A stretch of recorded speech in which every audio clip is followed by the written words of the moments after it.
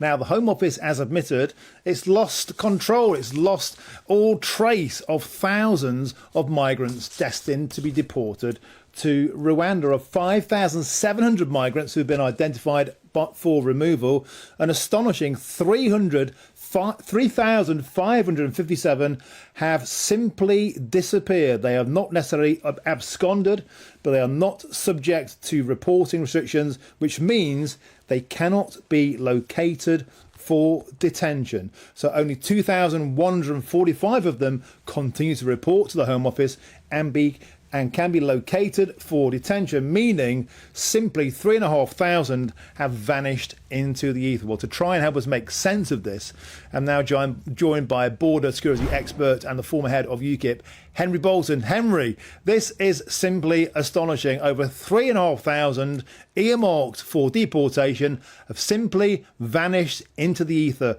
Has the government, even though they're planning to deport them, totally lost control of this situation? Martin, I think they never had control.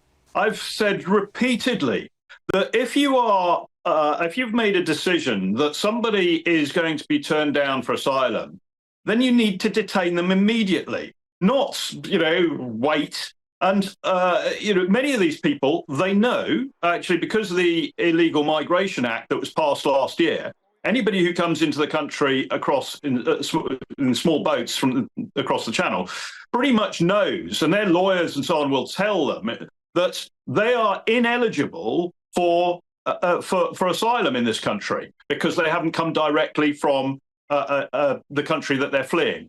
Now, if such a person knows that there's a likelihood that they are going to be detained, knows that there's a likelihood that they're going to be removed, then there is a very high likelihood that they are going to disappear. And in this country, we don't have a national ID card. We're one of the few nations in the world that doesn't. It's mainly sort of some of the Anglosphere countries that don't. But we don't, and so we lose track of these people. If you want to deport somebody, if you want to detain somebody, then do it. Don't put them in a hotel. Don't put them in some sort of accommodation somewhere where they're free to come and go as they please. Look, this is not rocket science. And that is the problem with this whole program, this whole policy of Rwanda.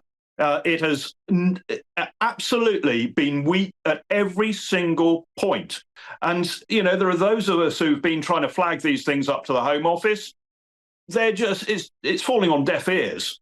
So I think it's incompetence, Martin. There's no surprise for me in this at all. I just wonder how many of them are now in the Republic of Ireland.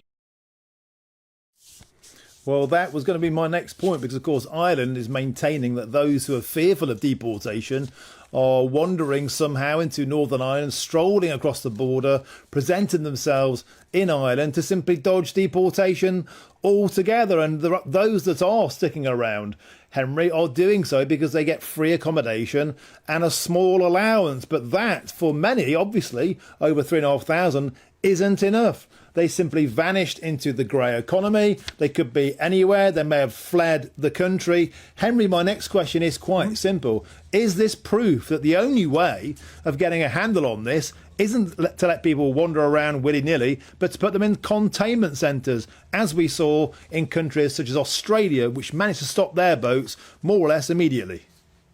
I've argued exactly that for probably the last 3 years, Martin, if not longer. Exactly. These people have crossed the border illegally. Now, yes, it may be a defence that they've done so in order to claim asylum, but from July 20th last year, that's no longer even a defence. So we should be detaining all of these people now instead of continue farming them out to hotels and so on. Are they just simply going across the Northern Irish border into the south? The answer is many do. The Irish Republic does provide quite a lot of support to them there as well. The reason they don't go directly there is because it's more difficult to get across to the Republic.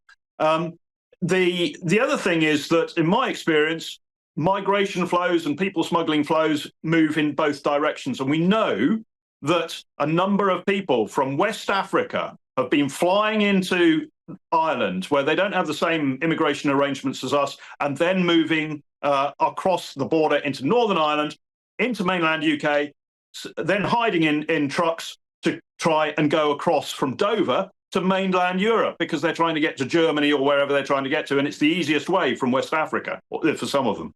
So, this is, again, no surprise. But I ask, I sit here, I know these things. I've worked in dealing with people smuggling, asylum issues and migration. And the Home Office does this for a living. I no longer do it for a living. They should be totally on top of this. If I know this is going on and I'm trying to raise the red flag, why aren't people in the Home Office doing the same? It's just got to be incompetence or a lack of will to actually make the system work. It doesn't surprise me when until recently they've been working from home, most of them. That doesn't help. Henry, could I put a couple of points to you from our viewers? They've been getting in touch, gbanews.com/you'll say. We had Ivan Sampson on the show earlier, a human rights lawyer, and he claimed that the vast majority of those coming across the channel are asylum seekers. Now, John, one of our viewers, said this: I don't believe they are asylum seekers. They are economic migrants coming for their own interests, either for our benefits or healthcare, or to work in the black economy. They are a cost to us, both financially and socially. Henry, can we try and get to the bottom of this incessant sort of merry-go-round of a debate? How many people typically do we know are coming here for genuine asylum purposes, and how many are coming here for economic migrant purposes? Well, Martin, you're asking a question I can't answer. All I can tell you is that many of them, the majority of them, come from countries originally that do have serious human rights issues or conflict issues. But that is not the same as saying that they are refugees. There are many places in Syria that are entirely peaceful. You can come from Syria and come from an entirely peaceful place within Syria. So it's very difficult to establish that, particularly when I don't have the opportunity nowadays to interview these people individually to sort of interrogate the detail of that. However, the problem that the whole of this region, the European region, has, and it must get to grips with, otherwise this problem is going to get worse for all of us, is we are allowing them, once they reach safety, to shop around as to where they wish to be. Now, there may be family links. One might have some sympathy with that. But the essential point here is that they are moving around then to choose the best place for a standard of living. Again, I can't blame them, but we have to protect our own societies, our own economy and our own culture, and indeed our own security. And I can tell you from my own experience dealing with these things, the vast majority of people, and I would put it at about 90 to 95% of the people that I have been involved in dealing with who have been moved through people smuggling networks are 100% economic migrants. 100%. They never moved from at the beginning from fear of their life. But of course, they portray it as though they have, because they know that if they say that they're shopping around for a better life, then they will be immediately detained and removed. So that's the reality of it. We are making this problem ourselves, Martin, by our own policy and the fact that we still refuse to accept that the vast majority of these people are not and never have been fleeing for their lives. And once they get to the North French coast, of course, they're not. One thing, Martin, if we've got time, on the Irish thing, I actually think this is a marvellous opportunity, because it's not come about by design. But if the government has taken exactly the right position, if the Republic of Ireland wants to send people back to here, then fine, but only if the French and the European Union allow us to return people who've crossed the Channel. Now, that has got to be an absolutely immovable position for the government. And if that's the case, we might be able to pull together the European Union, the Irish, the French, and ourselves to start dealing with this problem on the almost global issue level that it needs to be dealt with, certainly on the European regional level. And for those people thinking that the European Union is the answer to this, it absolutely is not, as has been demonstrated by this very case. Well, actually, Henry, let's have a quick chat about that. The notion that you're right, this could be a massive opportunity. It's like, wow, if Ireland can send asylum seekers, immigrants, whatever, back to the United Kingdom, then we should be doing the same to France. Something that many, many people, certainly who watch this channel, would have wanted all along. The problem is, of course, do we have the will to do that? We haven't done anything remotely similar to that all along, even when millions of voters seem to want it. Now the Irish seem to have stolen a march on us. Do you think there's any opportunity, any will, any possibility that Rishi Sunak might use this as an opportunity to go, yeah, we'll have a bit of that and we'll send ours back to France? Look, I think Rishi Sunak has been an appalling prime minister.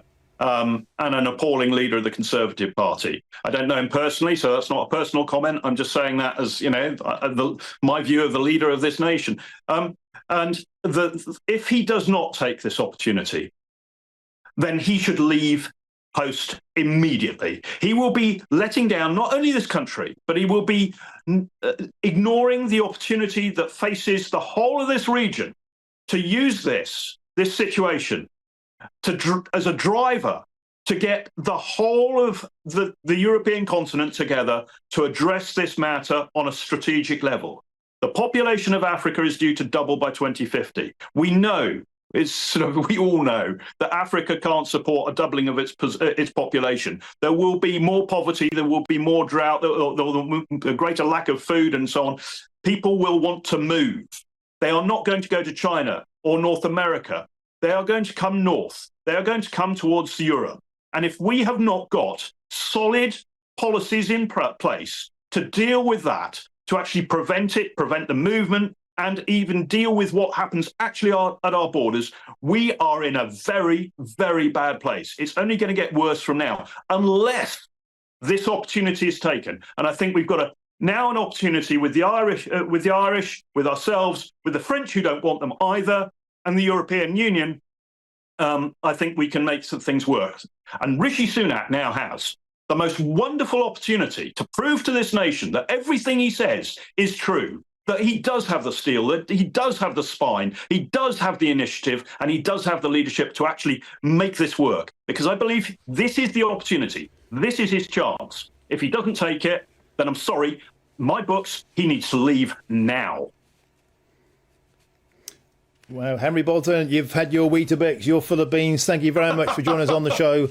Always an absolute delight to have you on. And just a quick